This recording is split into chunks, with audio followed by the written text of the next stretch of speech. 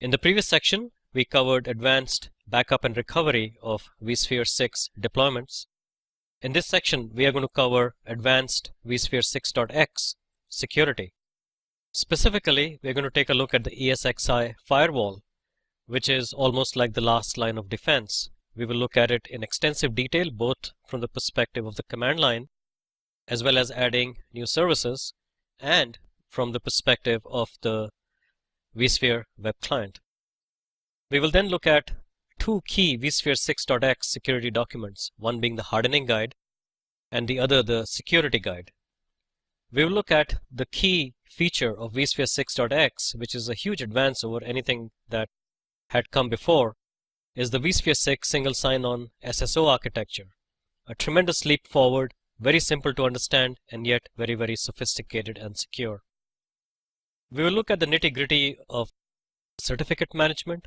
We will look at what one can do with certificate management from a vSphere web client perspective, as well as we will look into the various CLIs that exist to manage certificates, because certificates are one of the key aspects of the single sign-on architecture, and all communication between various vSphere components is all encrypted and authorized and authenticated based on certificates. We will look at command line interfaces for vSphere 6.x, and for all the topics above, we will have extensive labs. In this video, we are going to cover vSphere 6.x Firewall Management.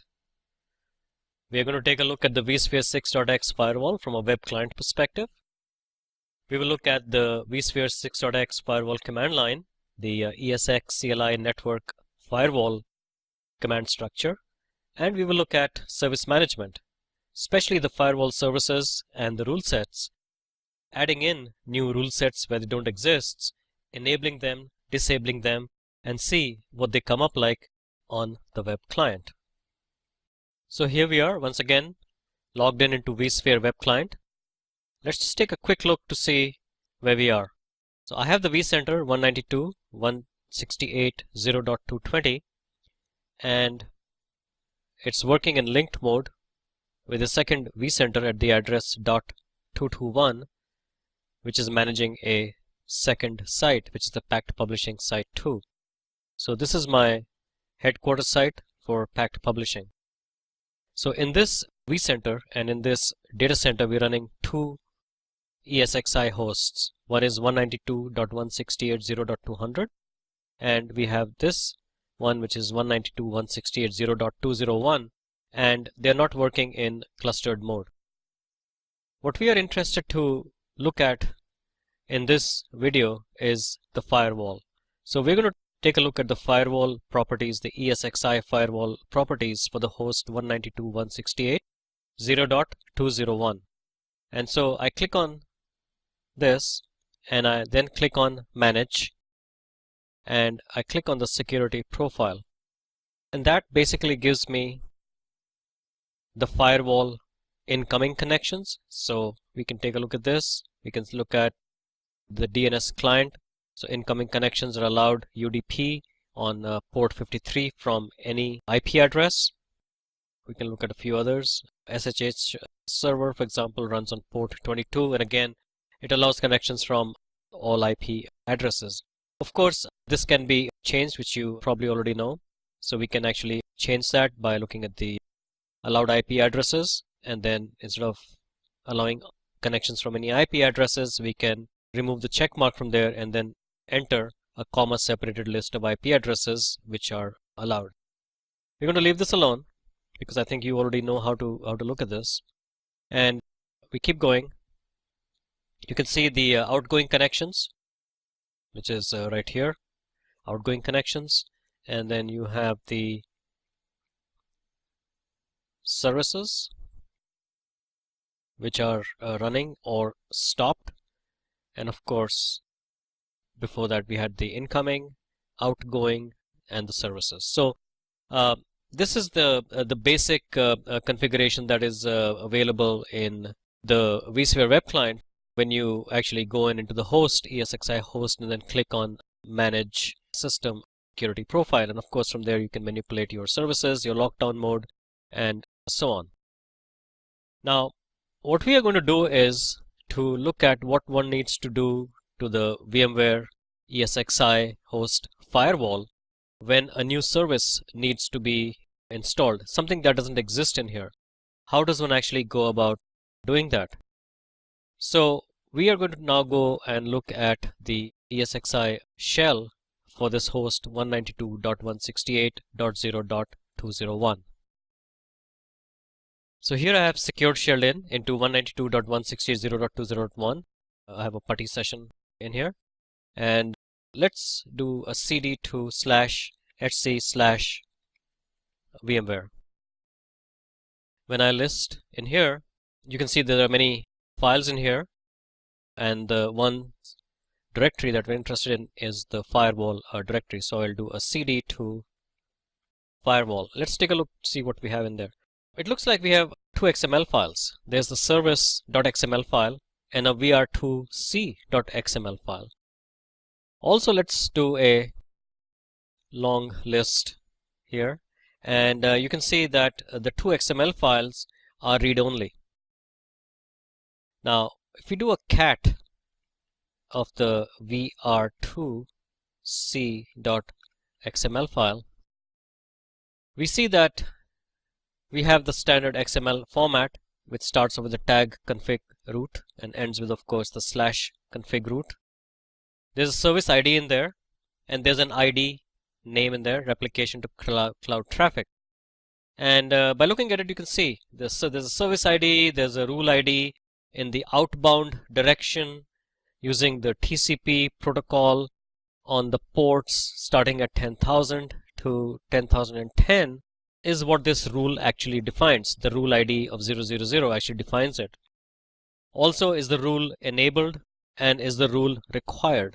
So just keep this in mind. So intuitively, it looks like that this XML text is actually defining a service with the service ID of 0, which is called replication to cloud traffic, with certain rules in it. And there's only one rule in here, which is this rule here, which basically says that this rule is for the outbound direction using TCP protocol, and it's valid for all ports from 10,000 to 10,010. And then there's a second piece of it which says, is this rule enabled and is this required? And while it's enabled is true, required is false. So intuitively, it kind of means that we have defined a service here to the firewall, and it's allowing outbound connections using TCP to ports 10,000 and 10,010, and it is not required, but it is enabled out of the box. Now, what does this actually mean? Well, let's take a look at, we'll do a more on service.xml. Now, this is the firewall configuration information, and again starts with the tag config root, and at the end of the file it will be a /config root to end that tag. So this file, it looks like it says known and blessed services. This is a spelling error in version 6 here, looks like. Anyways, so let's take a look at one of these services. So these are your blessed services. So one of obviously the blessed services is our secure shell server.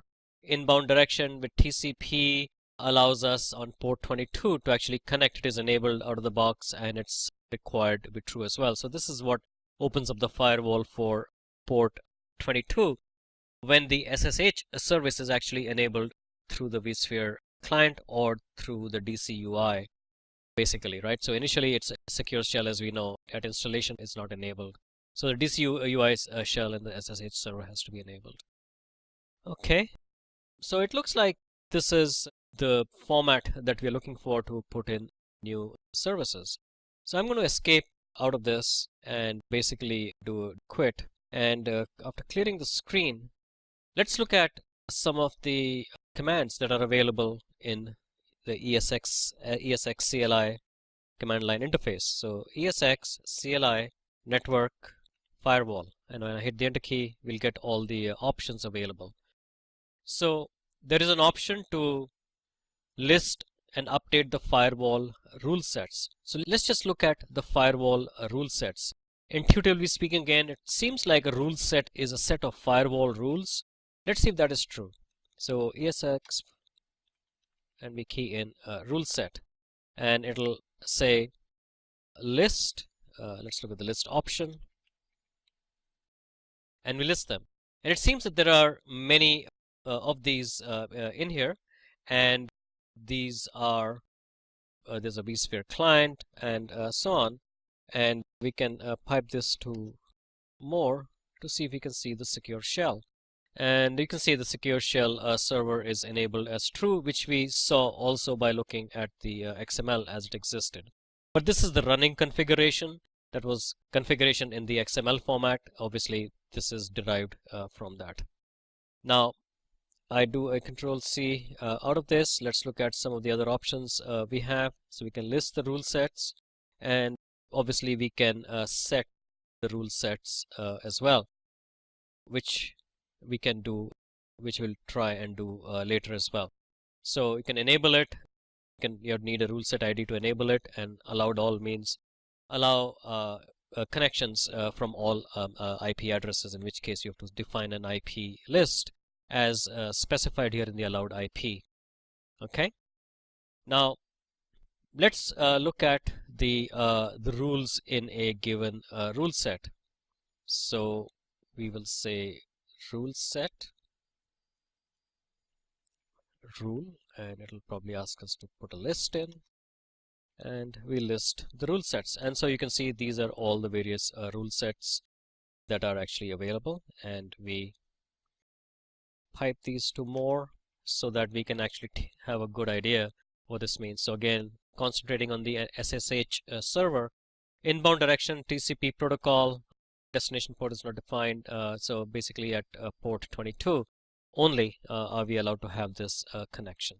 And you're probably familiar with iSCSI as well. So here's iSCSI at port 3260, which is a normal DNS would be at port 53, and here we are. DNS port 53 is open, DHCP is open at 68, and 123 is obviously the NTP client, that's the NTP standard port, and so on. And of course you do know that fault tolerance uses some secure and some unsecured ports as well, HTTP and HTTPS ports here. So I'm going to Control C out of this as well. So now let's look at a situation where we have, for example, a completely new service that has to be created.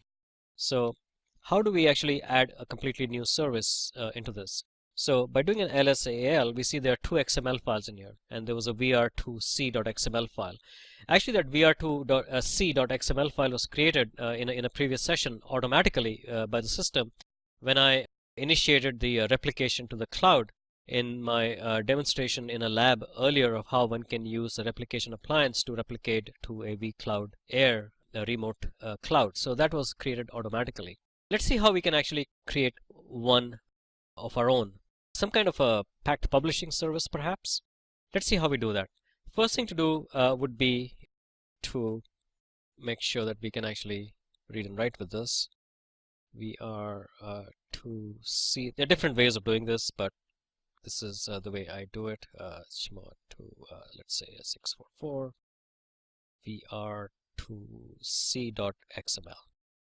All right, then I do a vi and say packed pub.xml, some kind of a packed pub service. I actually put vr2c.xml first, and then the packed pub.xml, and we then count of these. So I do a 16 YY, so I've yanked 16 lines, and then what I do is I put the colon, I say next, so it takes me to the other file that I specified, which is my packed pub.xml. I do a P for a put, and that whole template or that old service is copied across. So I'm at the config root again. The tag is starts here, of course, and then ends here. And what we've done is we've copied the entire file that was in the vr2c.xml into packedpub.xml. What we're going to do now is to attempt to see how we can change this to modify it for packed pub. So I do a CW for change word and say my service ID is 12,000. Hit escape. I will change the name of this and call it, I can change the word here, change word, packed pub to cloud traffic. I hit escape. Keep the first rule in there, it's fine.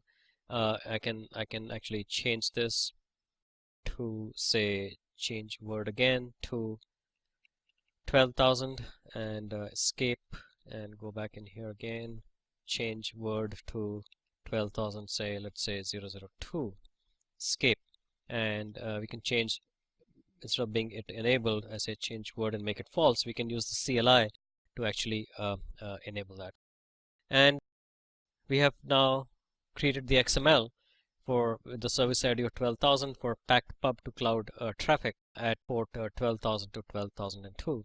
I hit escape, I do a colon, and I do a right quit. Now let's do an ls-al, and you can see we have this packed pub.xml file there. It has the same permissions as before. We can obviously change that. And what we're going to do now is we will ESX CLI network firewall rule set list, and we can see we don't see anything which is called packed pub to cloud traffic here at all. What one needs to do is we have to, the firewall is already loaded, so we don't have to load it, we have to refresh it. So we refresh the firewall and we retrieve the rule set again, and you can see right at the end here there's packed pub to cloud traffic is now available. So what has happened is that it read all the XML files in that directory, and that's how it found out all about those services. So here's the packed pub to cloud traffic there. Of course it is not enabled right now because it says false. So what we have to do is to enable this. The way that's done is network firewall rule set. Let's do it the step-by-step way, and we say set, and we hit enter again. We need to enable it, and we need to specify the rule set ID. So we need to enable it, and we need to specify the rule set ID. And what we do is to rule set set -e true -r, and the rule set ID is, because it's actually two words, packed pub to cloud traffic. Do a cut and paste here, copy and paste rather, and then I go back in here and I do this. Okay, once we've entered that, let's do a rule set list again, and we should see that the packed pub to cloud traffic rule set is now enabled, and because this is now says it's true. What we need to do now is to switch back to the vSphere web client and see how this shows up in the settings for that host. So we're back in the vSphere web client. We're looking at that host 201 that we just secured shelled into, and to which we had created that new XML file, the packed pub XML file for ports 12,000 to, I think it was 12,002. I haven't refreshed it, so we will click on refresh so that this user interface is refreshed, and we see that we have packed pub to cloud traffic at 12,000 TCP from all IP addresses, or rather in this case it's two all IP addresses enabled. That's because we enabled that rule set. Now of course when we disable that rule set, then what happens is that this would actually go away, and we will switch back to there, and instead of rule set true,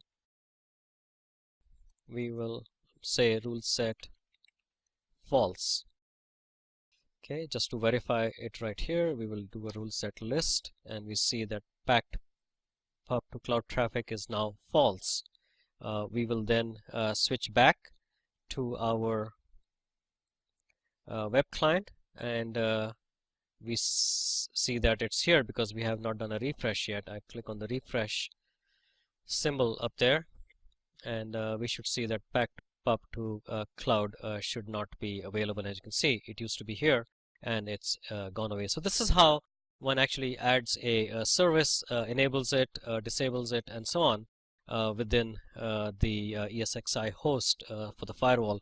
Obviously, from a security perspective, the firewall is really key because this is the firewall for the ESXi host. Very quickly, we can go through some of the other options up here in the firewall. So ESX CLI network firewall. You can see you can load the firewall module and resets. We can unload the firewall module, and we can get the firewall status. So let's go do and get a firewall status get. And it tells us that the default action is drop, which basically means that obviously rather that in case there is no rule that matches the traffic, then the default action is to drop it, which is obviously the way the firewall should run. Of course, one can actually set it to not to drop as well, to allow it as well. Enabled is true, so the firewall is loaded and is actually functioning, and it is loaded, which is true as well. So you can load or unload, and you can refresh it. And with the set option, as you can see here, with the set option, you can set firewall enabled status and the default action. And let's just take a quick look at that. We just key in set, and it says you need a parameter which is -- enabled true or false, and then you need the default action. Let's just make sure we know the syntax for the default action, -- default action, enter, and it says -e enabled. So set to true to enable the firewall, set to false to disable the firewall. We saw that already. And for the default action, you set to true to allow it to pass, or set to false to allow it to drop. It's not very intuitive, but really, if you wanted to drop traffic, then set it to false. If you wanted to pass traffic, then you set it to true. So with that, we come to the end of this lab, where we learned how to add a new service, enabled it, and then look at it from the vSphere web client as well as how to load, unload, refresh, and to set the various default actions and the enablement of the firewall itself. In this video, we covered very extensively the ESXi version 6.0 firewall. In the next video, we will cover vSphere 6.x single sign-on architecture, a key feature of the vSphere 6.x deployment. I look forward to seeing you on that next video.